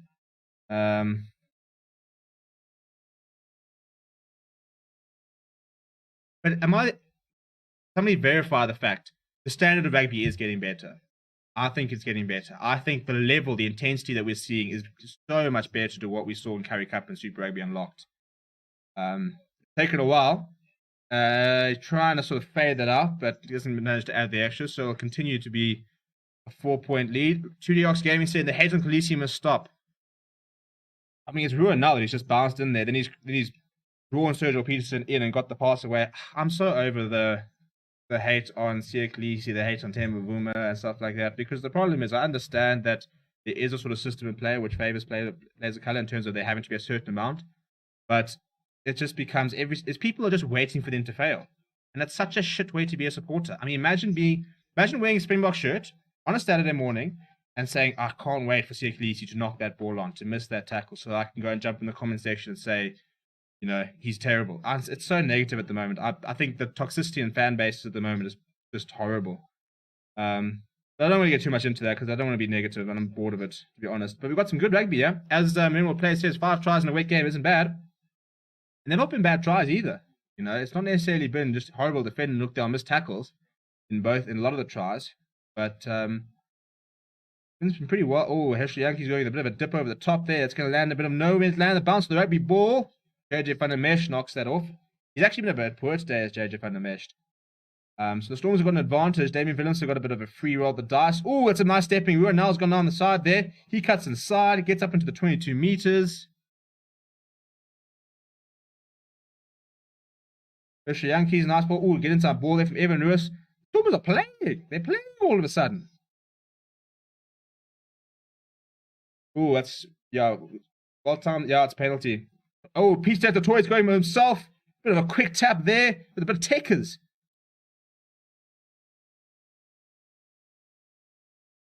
A very good tackle there. The Sharks have managed to get a ball in there. Oh, we've got a bit of a foot race there. The Sharks are going to score. Apelele Fassi is going to score here. That's something from nothing. So the tackle came in, the hand came in and knocked the ball right behind there. And Apelele Fassi just ran through, kicked the ball in, had all the pace, and he's just dove over.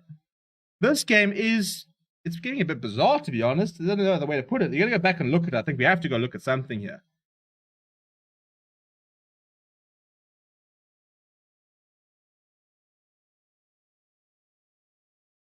So we're going to go back and check if this was a knock-on. It looked like it was a big tackle. Whether it was sort of a knock-on in the tackle or whether it was just a really big hit would be quite interesting. So it's Abner van Renen who's throwing the pass. Oh, it comes off the head of Yao Penkle. So this is going to stand. Yao Penkle with the try assist. Ultimate Rugby. I hope you give him the try assist there. That is, I mean, that's one of the best headers I've seen. Straight off the head, bounces ahead, and Apelele Fassi. Edwin van der Merwe probably a little bit guilty of being a bit slow to react. Fassi dove on it, kicked ahead. He had all the time in the world to wait for the ball to bounce up. Grabs that, off he goes. And the Sharks hit back. This is becoming an incredible game.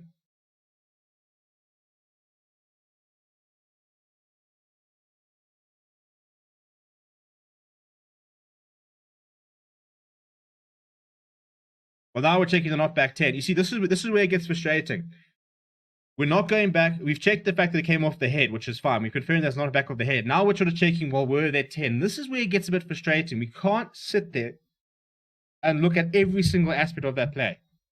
I mean, do we need to get measuring tape out now and sit there saying, he's about 9.8 meters back, so we're going to have to bring it back.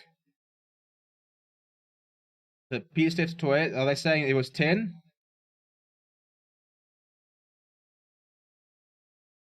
So now they're looking at the tap and go from Peter Steph toy and where the Tembelani Boli was on 10.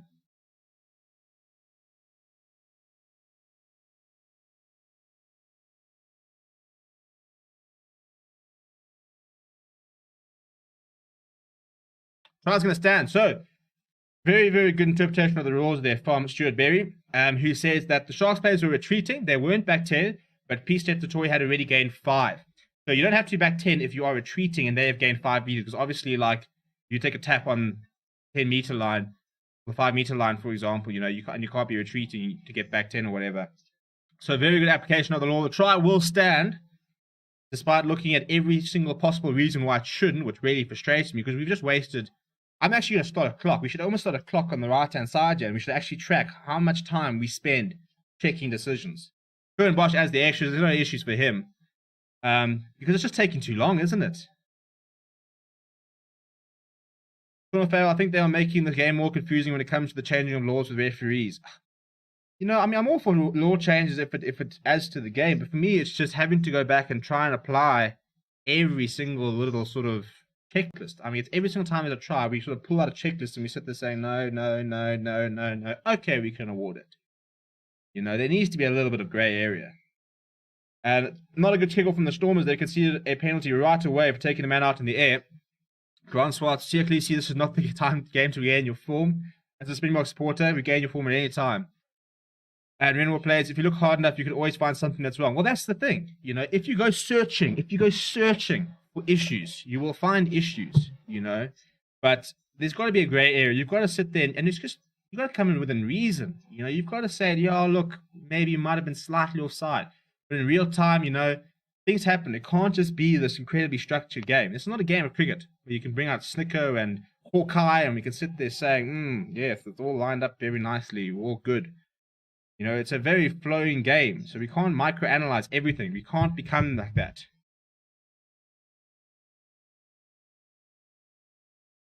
Well, so it wasn't a great kick from Curran Bosch, but David Willemse didn't read it particularly well. Decided to try and get underneath his boot. So he conceded the line anyway.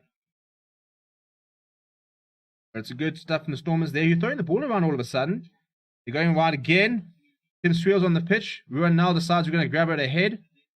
Fassie's under pressure. David Willemse is coming up here with Sergio Peterson and makes a very good tackle. And he bundles him. Oh, no. Ooh, what's going on here? Could someone just grab the ball? Right, the Sharks have got possession by the 22 meters. A couple of passes everywhere. Right, so the Sharks now looking to run from their 22. Spoon Corsi goes out wide. Marius Lowe now brings in JJ van der Mesh down the wing. Oh, a bit of a grabber ahead. It goes straight into touch. JJ van der Mesh, you're not a wing, mate. It's a number 4 in your back, not a number 14. Trying with a bit of a chip and chase. Renwell players, if they had the system 14 years ago, the Sharks would have won the 2007 Super Rugby Trophy. If they had the system 14 years ago, I think I probably would have stopped watching rugby, to be honest. It's just too stop-start. What is everybody's opinion on JJ van der Mesh? I'm quite interested because I think he's a player who has got a reasonable skill set, quite big, but I just worry about his pace. He just looks a bit sort of slow around the park. He's a very big chap, you know, and I think he's got a bit of baby fat he needs to lose. I think he'll become a good player, but I think at the moment he just looks a bit slow around the park. So I understand the extra bulk part, but, you know, in a game which is becoming quicker and quicker and you have to be quite athletic, you know, he could sometimes be a bit slow. I mean, that first try, JJ van der Mesh looked like he was in slow motion trying to run next to him at one stage. Oh, we've got a time stop here. They've got a head injury.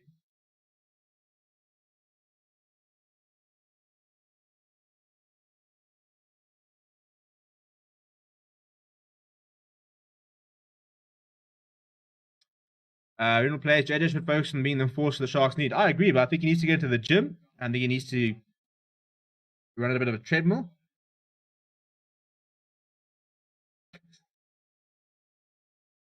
Marius van der West is saying that Thomas Totoy and Pichette Totoy need to stop their nonsense. You can see both of them having a bit of a cheeky smile and a handshake.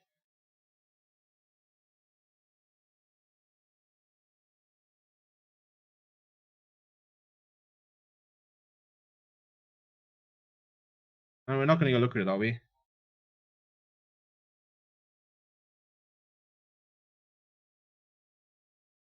Oh, Marius, come on, mate. Can we just play the damn game?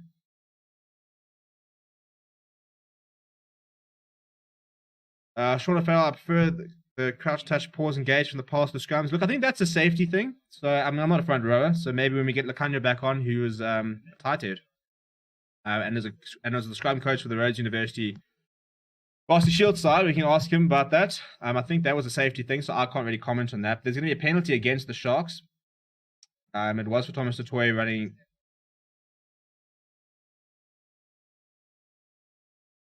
Yeah, so the Sharks penalty. So Thomas Toy was just sort of running in an offside place. Pete said Toy didn't enjoy it, decided to just grab him and throw him over. Thomas Toy decided to have a bit of shoves.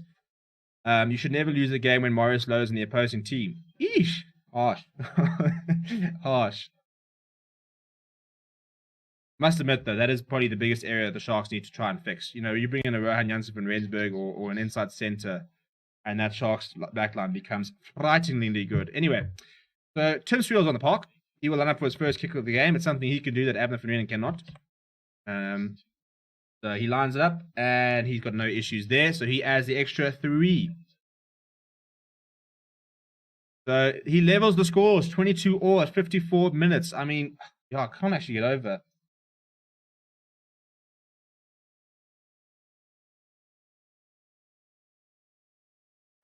Yeah, I wasn't much in the Thomas Toy, East F Toy incident. But I mean, Tim Sreel, I think you're gonna see Tim Sreel starting next week. Well, weekend after. Abner van Renen cannot have that sort of kicking performance and expect to play rugby at flower half. Marvin Ori under the ball there. It's a good take from him. It's a very even game. Where's this going? Let me know what you think in the comments. We've got 22 all with 25 minutes to play. Stormers are keeping the ball alive in their own half. At least it's not a blowout. Yeah.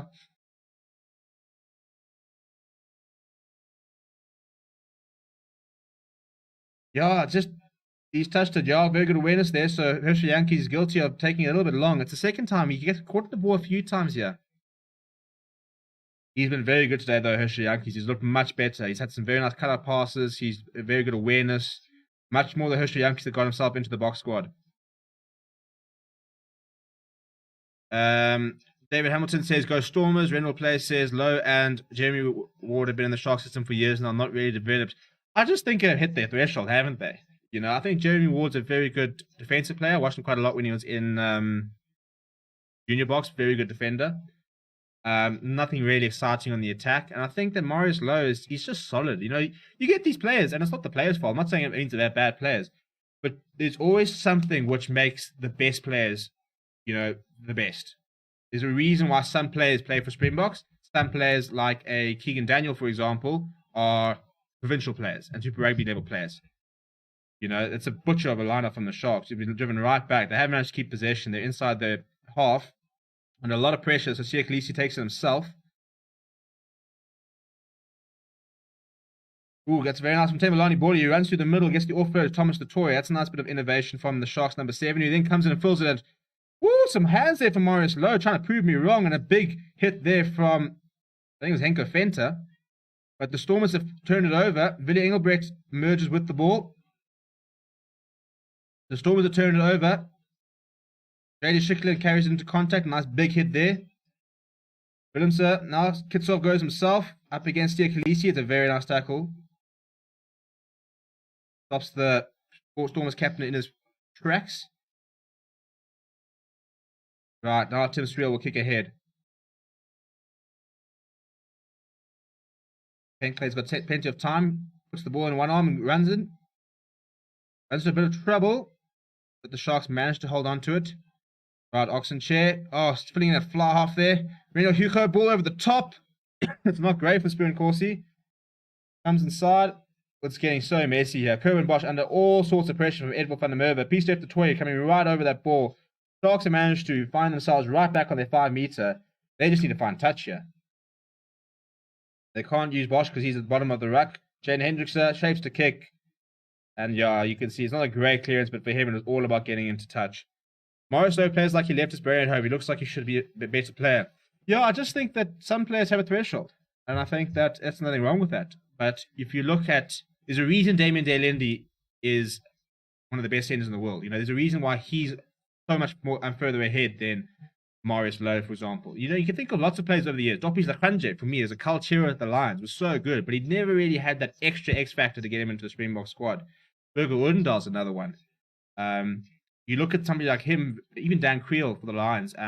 Rick Spatorius, I think, will become a Springbok. I think he's got a bit of that X factor. He's still very young, and he's got, you know, you can see there are aspects of his game which you could, if he developed really well, he could become a really good inside center. But I think that Maurice Lowe is more in the mold of a Burger Odendahl, a Dan Creel, a There's just certain players they just can't really sort of make that step up. So I think if the Sharks really wanted, and the problem is inside center is such an important position on the attack. You think of outside center often sort of very much defensively you have to structure. You think of Jacques Fourie and the way he used to marshal the Springbok defense.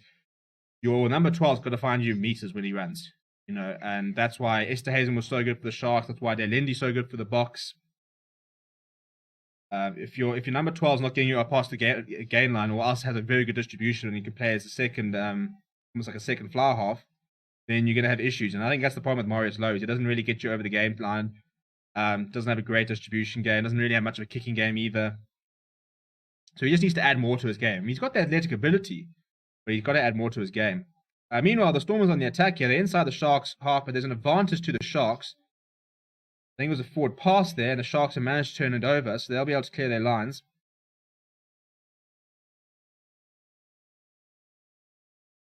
Also, I think the Sharks need to find an outside centre to move to 12.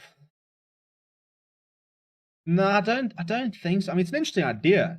Look, he's got a fantastic offload game. I just don't think he's direct enough, maybe, to play inside centre. He's somebody who looks for gaps, and he might be able to work. I wouldn't really put him at inside centre. For me, Sharks should be going after Rohan Jansen from Rensburg. That's exactly who they need. I would cry as a Lions fan. I would probably shed a few tears if I had to try and see him lining up against the Lions. But he's exactly what they need. Power through that middle, and let Lekanya there, because ideally you kind of want to see a bit sort of inside center power play, and then you go to Lekanya and say, right, find me a gap, put a player in the gap, get him out there. I'm at 12 and Cock at 13. I definitely would like to see Werner Cock more at center. He's not fast enough to be on the wing for me. He's a very hard worker, but I don't think he's fast enough to be on the wing. I would like to see Werner Cock at center. If he wants to stay in the 15s game, I don't see him at wing. I see him at center. I think he's terrific defensively. His pace, it's a bit like Ruanel, I suppose. Ruanel's also not the fastest person, but he makes it work at 13 because his defensive game is very good. He reads the game very well. He's a very intelligent player. So I think Werner Cock, as I agree there, I think Werner Cock will be much better at center than he is at wing. Renal player saying I'm more valuable to the Boks at 13. Yeah, that's why I think, when you've got Damien Lindy and you've got Lekanya, just sort of keep it there. I think there does need to be a certain amount of alignment at provincial level with Springboks, and they have done in the past when they're sitting there saying, listen, we want this guy to be when you think of like Thomas du Toit, and they said, right, we need to turn him into a tight end. So they said to the Sharks, we need him to make the switch there. Sean Farrell, would you say the coach for the SS sides will be looking at the Northern Hemisphere Rainbow Cup to see how strong the sides are? They must have one eye on it. I think they'll be poor coaches if they don't. But I suppose as a coach, for me, I'll be sort of thinking that's Later's problem. I'll be looking at, as a coach right now, as a South African coach of one of the franchises, I'll be looking at that British and Irish Lions series because that's eyes on your team. If you want to attract foreign players, or you want to try and bring SA players back to your uni, you want to try and bring sponsors, for example, you're going to have the entire Europe watching a game against the British and Irish Lions. So that's going to be a great opportunity for some of these players to put their hands up. Unfortunately, I also think it's a bit of an opportunity for players to put themselves in the shop window and land contracts in the top 14 in Premiership as the Sharks win a scrum penalty. But I do think it's an opportunity for some of these players, some of these coaches to try and sort of say, this is us, come to us or best in us or whatever. But they must be looking at those sides and saying, how are we going to compete? Right, 20 minutes to go. We are 22-22. What's going to happen? Let me know. Who's taking this game? What are we thinking here? I think it's quite a hard game to call, as Cohen Bosch finds a very nice touch finder there. The Herschel Yankees pass to PCH Toy for his try did look forward. It might have been a bit forward, but you know what? I prefer to sort of let those sort of 50-50 calls go and not go back and microanalyze it, then looking at every single passage of play and trying to find something wrong. That just frustrates the living daylights out of me. We had 68 viewers. Thank you very much for hanging out. We're going to be live in about an hour, I suppose. In an hour again for the Sharks. What are you doing? For the Lions versus the Bulls game. Yeah, we've got Pepsi Buthelezi on for Siya Khaleesi, who looks injured, which is a problem for the Boks. This is my biggest worry, I suppose, with the Rainbow Cup, is that it's the same thing with any one. But as much as you got to get these players playing well, injuries start coming into the fore. I'm also very worried about Andre Pollard because he came off the bench last night. He looked pretty good when he came on. Made a big difference as Montpellier won the Challenge Cup. But he hasn't played a lot of rugby. He came off the bench twice now. And, I mean, top 14. I think they've got 3 more matches left. I'm going to find out here. But I'm worried about game time for Andre Pollard. I don't think he needs a lot of game time. But it's difficult to go from coming off the bench for 2 or 3 games. I mean, top 14, we've got Montpellier, 25th of May, 29th of May, 5th of June. So Andre Pollard's got 3 more games with Montpellier to try and get some game time in. After that, his next game was going to be against probably Georgia. So we hope we can get some game time in for him because he's so important to the Boks, but he hasn't played a lot of rugby. Andrew Stewart saying, Sharks, if I go with my head, Storms with my heart. Those are Yankees. Almost running onto that intercept there from Jaden Hendrickson. It was always going to be a very difficult one to get. He almost had the pace. It would have been a brilliant try if he had gotten it. Just couldn't get there. There come the reinforcements for the Stormers. 2 new props. Ali for Mark and Nettling for Shear take to the field. Hershey Yankees been much better today. I'm enjoying that a lot of the Springboks are suddenly starting to stand up. Siak Lisi I thought was very good before he went in. Before he went off injured. Frasma Herbert was a bit under pressure but responded well. But Hershey Yankees has looked very good today. The Kanya Ams, when he's had an opportunity, has looked alright. Stephen Kitsov was solid as always. Is Mapimpi playing? No, but he is back. He is back. Mapimpi is back with the Sharks. I reckon we're going to see him after the break. So I think he was coming in and doing a bit of some hard yards, getting up to full fitness, getting back inside the team.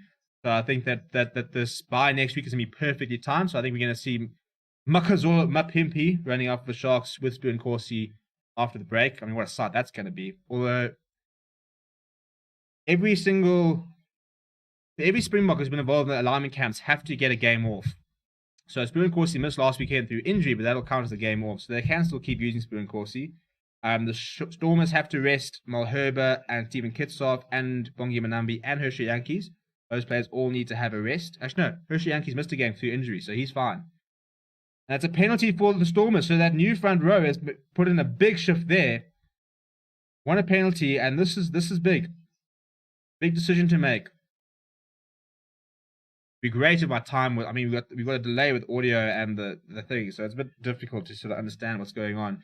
Tim Sreel's going to kick for goal here.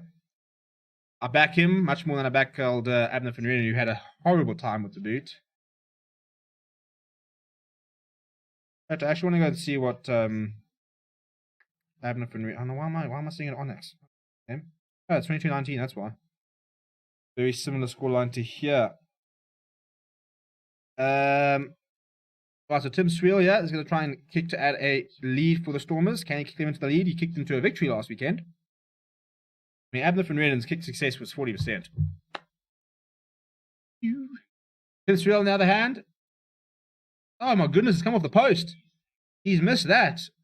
That's very uncharacteristic. Tim Sreel, who kicked brilliantly last week, has missed that. Once again, I ask the people in Cape Town, what is wrong with your water that none of the players... that you come into number 10 for Stormers and all of a sudden you can't kick. JJ Funimation looks knackered. Yeah, this is what I keep saying. For me, he kind of just looks unfit. He looks very big, but I think there's quite a bit of baby fat left on him. He's got a bit of a baby face.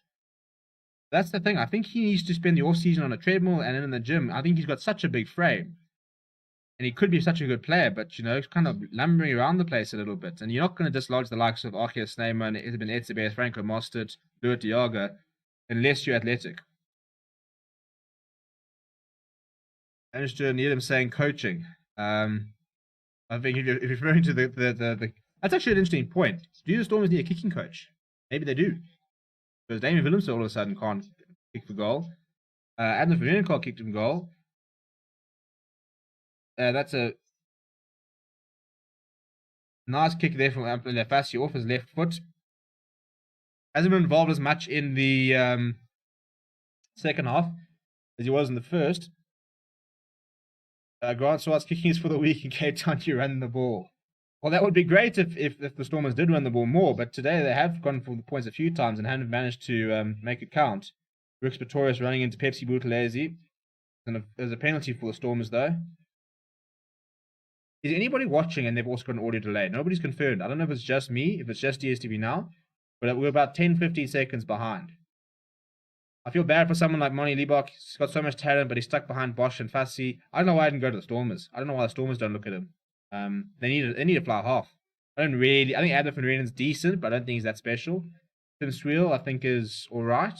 But I think Moni Liebach, look, he comes on and he changes the game for the Sharks quite a few times. Lucy Montgomery was the kicking coach for a short while. It's time to bring him back. Yeah, look, I mean, you can't really bring anybody better than him, could you? Right, so the Stormers have kicked for touch here. If you can't kick it into the lead, try and score a try. The Sharks under a lot of pressure with 14 minutes to go. Go into Benny. Finds JD Schickerling. They're going to set up a running more here. Got some good momentum early on. They're still going. It's all broken down. I think there's an advantage. So free roll of the dice here for the Stormers. Tim Swiel dabs over the top, but it's fielded by Lekanya. So we'll go back for the penalty. So it's quite a long call to the Sharks for discipline. Marius van der Westhuizen is warning them that they might lose a player. What do you think about trying money at 12? Very small, I suppose, is the only thing. Might get a bit bullied there. I mean, he'd be very good in terms of it's nice to have a kick and somebody who can kick outside you. I think he would just struggle with size-wise. Interesting idea. I'm all for trying. Look, having said that, remember the couple of times the Lions put Alton Yankees at 12 when they had Johnny Lombard, and it's a whole different dynamic. When you have something like that at 12, it's a very much different dynamic. You know, it's not you're not going to be bullying anybody. You're going to be playing very quick ball, going out to the wings, looking for half gaps. Stormers going out wide, just right. Now has straightened. He's been brought down. And another penalty to the Stormers. Having to rely on seeing Marius van... Oh, we got a yellow card, yeah. Lekanya is in the bin. Or was it Spoon Corsi? I think they're going to play a Ching Chong Chap, but who goes off?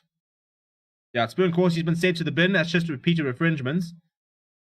So it's harsh on him. But the Sharks are down 10 men for pretty much the rest of the game. So if the Stormers don't win from here, well, you've got to wonder, don't you? The Reds got smashed. Yeah, listen, I mean, we were looking at it earlier. Reds, 28 points, 63 against Crusaders. Chiefs beating the Brumbies, 40 points to 19. Blues, 48 points to 21.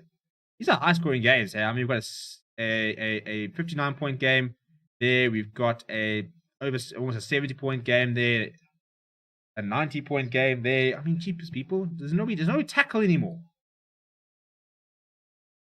The Stormers on the 5-meter against the 40-man Sharks. Marvin Ori goes up. He goes down. They've got the ball. Here comes the maul. It's looking good. Going to Benny with the ball at the back. He pops off the top. Manages to keep it. Joshua Yankees brings Evan Ruiz into the game. The Kanya worried there's not enough players out wide. Nice quick ball here from the Stormers, sucking in quite a few Sharks players as they're working their way to the right. Starting to go over the gain line though. A lot of Sharks players going in there trying to slow the ball down. Right, Tim Swiel goes out to the top, to the back there. Churchill Peterson, it wasn't a great pass, so he doesn't manage to get any space. Holds on to it though. Right, back inside through JD Schickerling. Stormers kind of been driven back a little bit here.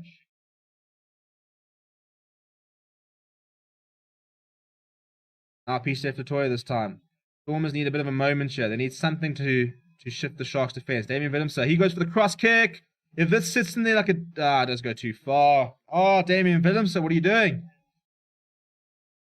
I mean, it's a wet game. He didn't need to go particularly far. There was so much space out wide. It was definitely on, but I think if Damien Willemse just got along the floor there, Rick Pretorius had all the time in the world. It was wet, so it would have stood up, but there's far too much in it from Damien Willemse. Meanwhile, Bjorn Herbst coming on for Thomas du Toit. Shaping up for quite an interesting ending here. We've got a penalty for the Sharks. I think it was a penalty. He seemed to have a straight arm up. I think he might have been saying time off. Yeah, he was saying time off. Yeah, so it's a 22 for the Sharks. The time is 69:52, in fact, on my clock over here. The Sharks go very deep, so Tim Swiel has to backtrack. Where are we? Andrew Stewart Needham saying they will still find a way to mess it up. Aiden DV saying, watch the Sharks win this game in the last minute. Well, I'd feel a bit. I mean, if I was a Stormers fan, I'd feel a bit like the Lions, where you feel like you had all the momentum and then just losing it right at the end. That kick was not the right option. I don't think it was a bad option. I just think it was executed horribly. I think if he had just sort of chipped it into the space, Lucas Pretorius could have run onto it. But it was just a horrible kick. Very funny mess. How is he still on the field? I mean, he's been sucking in oxygen since the 20th minute. Right, up there, Fassi chips over the top. It bounces awkwardly, and Herschel Yankee. You see, now that's a good kick. Up there, Fassi chipping in right there. Herschel Yankee catches and has to run into touch. So it'll be a Sharks put in right on the, probably about 8 meters away. Very good awareness there from Apelele Fassi. Andrew saying they get into their heads. This is not going to be a cakewalk. We one man up. It's in this they lose focus and lose to a 14-man team. Remember the game against the Reds, lost against 13 men. I mean, I think about the Lions a couple of weeks ago, and they went down to 13 men against the Sharks, conceded points. Stupid. Ball should have gone through their hands. Yeah, look, I mean, I think both options were on. But regardless of what you're going to do, your execution has to be better. Marvin Orie is down. Stormers, don't panic. I have never, ever in my almost 25 years of being ever seen Marvin Orie go a full game without going down. He loves a little bit of a sit down, some water, every single game. Bit of rain coming down here. It's a horrible day in Durban. Much better up here. Got some blue skies in Gauteng. Got some nice sun. Perfect conditions for running rugby coming up in an hour with the Lions and the Bulls. So make sure you come and hang out with us there. The Lions taking it today, my boys. So the maul didn't work for the Sharks, but they've got the ball available. Bears still going up. Ruben van Heerden now. That's a very good carry there. Kevin Bolly now. I've been quite impressed with him. He gets driven back there. And he's knocked it on, having all said that. You know, why is it whenever I say something like, I like you play well, you're not playing well, they have to prove me wrong. I think during the British and Irish Lions series, I'm going to just criticize every single Springbok player and we'll go on to win it. Or he likes a few cards and plenty of penalties. Oh yeah, no, he does. He discipline was his biggest issue. Sorry, the time is back on. I don't know. I mean, I wouldn't say I was upset when he left the Lions. But, I mean, I think if I look at him now, I'll take it back at the Lions, but he does. He loves giving away penalties. Discipline's always his issue. If you can give a Franco Master type sort of mentality and you put it in Marvin Orie's body, you're a starting Springbok lock there. I mean, Franco Master doesn't do a lot wrong, works like a underpaid work. I mean, he's so good, is Franco Master, in terms of his work rate and his ability, and just doesn't really have the size to be able to make a difference that Lua Diaga, Evan Etzebeth, Arkid Stamen makes. But Marvin Orie is the opposite. He's got the size, he's got all the physical aspects, but mentally sometimes just lets him down. Are we going to have a draw? Surely we're not going to have a draw. I hate draws.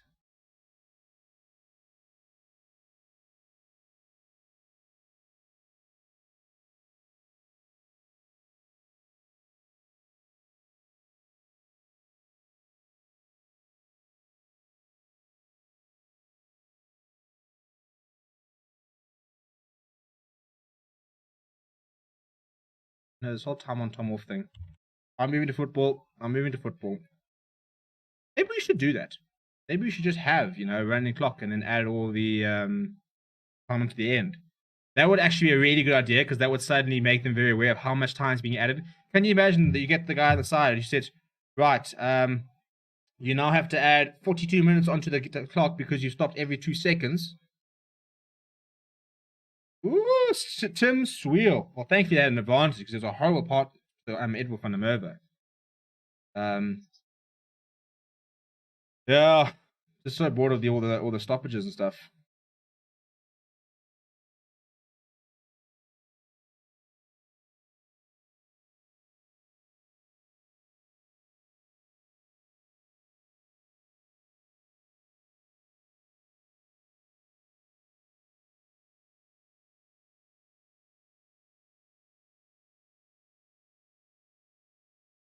Okay, Paul DeVet on. In place of Herschel Yankees. I thought Herschel Yankees was much better today. Looked much better. Looked very active. Had some very nice passing there. Made some very good decisions. He was very good today. Ori has improved his penalty count lately. That only means it's a lot now compared to a stupid amount previously. Yeah, no, it's true. He has got a lot better. I was even saying that for the Lions that he'd been better. And after in the Super Rugby Unlocked, I noticed that he'd obviously worked on that side of his game. If you have another, even Etzebeth, Ludiaga, Neanderthal Man, if you mixed Ori and Sos, oh yeah. No, definitely. Why do the Cheetahs have Ruan Pinar? I mean, shouldn't he retire by now? Hey, he's enjoying his rugby. Let the man play. I mean, Mornay staying 37 in July. If he wants to, he wants to. Look, to be fair, I think it's a good sign for the Cheetahs. That's a lot to them. I think he'll also be somewhere he'll go into coaching, was Ruan Pinar. So we've got an up and under there from the Stormers, and I think it's been knocked on by the Sharks. So I think we're going to have a Stormers scrum inside the 22. There's just not much happening at the moment. It's all become a bit messy, hasn't it? Herschel Yanks had a very good game today. Yep. Jimmy saying Coke on Stormer. I'm assuming you mean come on Stormer. Unless someone's got a bit of an addiction problem, in which case, fair enough. If that's what's on the mind, that's what's on the mind, Jimmy. Right, so we have a scrum here. It's going to be a Stormers put in. With 5 minutes to go, we've got the stop clock. No, we haven't. Yeah, with 5 minutes to go, the Stormers are running out of time to Augustus coming on now. He's very large, isn't he? Japers. What a unit.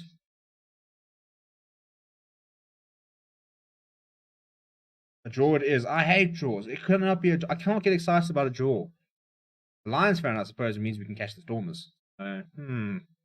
Worst idea, actually. Right, time back on. Okay, so the Stormers had a bit of a conference call there about what's going to happen. Jimmy and I meant to say, come. Well, thanks for clearing it up. We won't hold it against you. I bet you would look much better in a Bulls jersey. No, it's not really my color scheme, isn't it? I mean, it's just, nah. Do you think I'd look good in blue? Nah. I actually do quite look good in blue. But unfortunately, not happening. Come on, Troki. Lions said Bulls a draw too. No. I will turn the stream off if it's going to be a bloody draw in the next game. Lions taking the next game. Mark my words. You heard it here first. Lions are going to play. It's going to go one of two ways. I think it's going to be very close, or the Bulls might just dismantle us. Who are the try scorers? Let me pull them up so I don't forget them. Pete Steph, the toy, scored a very nice try. Edel van der Merwe has 2. Oxen Chair has 1. Missing anybody? Yeah, Pankler, he's got a try. But yeah, it was Edel van der Merwe with the double, and then Pete Steph, the toy, for the Stormers. And for the Sharks, it was Oxen Chair, followed by Pankler, and then Apelele Fassi. That was the one I'm missing. Right, so another scrum here for the Stormers. Remembering that they're a man up on the Sharks. Sharks have got a man in the bin. But Stormers haven't quite yet managed to... oh my goodness, that's a huge scrum by the Sharks. And it's a penalty to the Stormers. Ooh, I don't know why. I'm thinking about taking some of Jimmy Line's coke if you think the Lions are winning. Grant, back me. Back my boys. There's no Mornay Stain. These are Walker and Trayvon Yakani are starting. It's going to be such a long day in the office. Bye. Right, so the Stormers taking the points here. Will Tim Sweel be kicking the winning points once again? You guys should consider covering the Formula 1 quality bus on 20 and tomorrow the race. We've actually got a writer who's quite keen to do Formula 1. Maybe I should chat to him about doing it on here. But I mean, I don't know if I want to watch. I used to be quite big into Formula 1. You know, I was growing up during the Schumi days, and Ferrari was lacquer, and now Ferrari is freaking hopeless. Right, Tim Sweel, are you going to pull an Abner from Noonan on us, or are you going to kick yourself into the lead? You already missed one reasonably easy kick. This is not particularly difficult, and you've gone to. It's gone straight over. There we go. So Stormers go up 3 points, 22 points to 25. With 3 minutes to go. The Sharks probably won't get their 15th man back by the end of the game. I think it was the 69th minute. Spoon, of course, he got sent off. He's ready to come back on, even though he's got another minute and a half, I reckon. So are the Stormers going to win late again, or do we have some more late drama? Good to take there from Rick Pretorius under the high ball. He's been pretty solid today.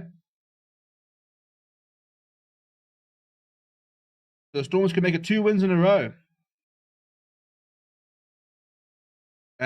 Stormers, your lekker ding. How was Khaleesi playing? He went off injured. Which is a bit of a worry. He was playing very well. He had a brilliant try assist for Jaap Henkler. Out wide, bang. I still want to know who it was. He sat down. But sat down someone, drew in Sergio Peterson, passed out to Jaap Henkler, who then ran the rest of the length of the field. So Khaleesi, I will put up a bit of stats over here, shall we? Should we have a bit of a stats tack? You looked very good. 3 carries.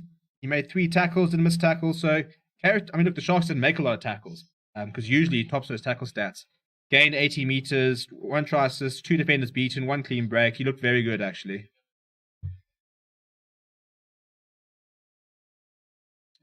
Ruinal, yes, it was Ruinal. That's correct, actually. And I remember now. Enough about Khaleesi, guys, please. I don't mind talking about Khaleesi. Just bring about captain. We can talk about him all. And he has been, and he's admitted he's been struggling with a bit of form, but he's looking much better. So I don't think we have to worry too much about him. Don't talk too soon. 2 minutes to go. Yeah, the Sharks got possession. They're inside their own half, though, so they need to find their way back to Stormers territory. I don't think of who the man of the match is. Who would you guys give man of the match to? I think Herschel Yankees was very good. I think he's been a big part of the Stormers' victory. I think Piste Totoy was very good. Oh, dear. That's a knock-on from Fassi. And that'll go into touch. Sharks right on the back foot. Fassi's taking it quickly, though. Oh, they've gone wide. Jaap Henkler's got a bit of space, but the players are coming in a lot because it wasn't a great pass. So Sharks keeping the ball alive, but they're in their 22, and they've got less than 30 seconds to go all the way to the other end. Just like the first game in Newlands, he had a good day. I feel betrayed that Sia got a bit of form against the Stormers. And that's the hooter. So the stadium hooter's gone up. We've still, on my timer, we're up. On the clock on the screen is still going.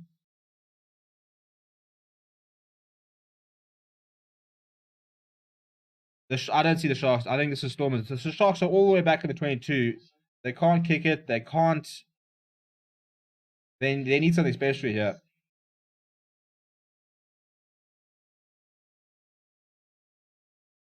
Temelani Boli, he's wrapped up by Piste Totoy and John Augustus. I mean, mate, you want to pick 2 bigger guys to run into? I mean, the Stormers' top defense is rock solid. I don't know how the Sharks need something special here. Vijay van der Mesht, he is struggling. He's not happy with life. He's proper tired. Starts going to the blind side. Oh, Kerwin Bosch. Kerwin Bosch. It's a horrible ball to Marius Lowe. There's the knock-on. That will be full-time. They call it. It is the Stormers. Back-to-back victories for them. 25 points to 22.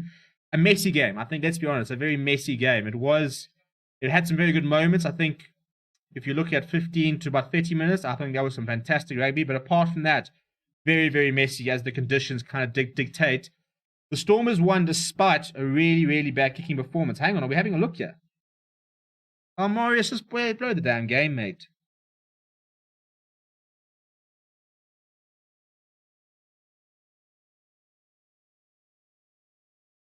So, I don't know what we're looking at. Marius van der Veste is looking at something. I don't know why. So it actually is not full-time. I apologize. I thought it was full-time. He did blow, and then now suddenly we're looking at this.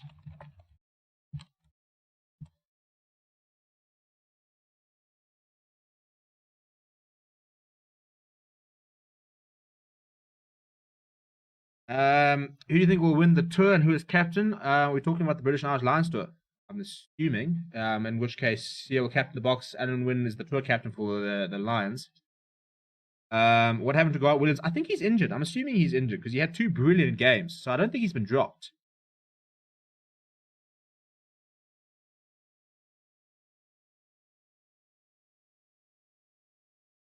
Oh, the captain's challenge, that's why. Right, well, that's full-time. So there we go. We've got full-time in...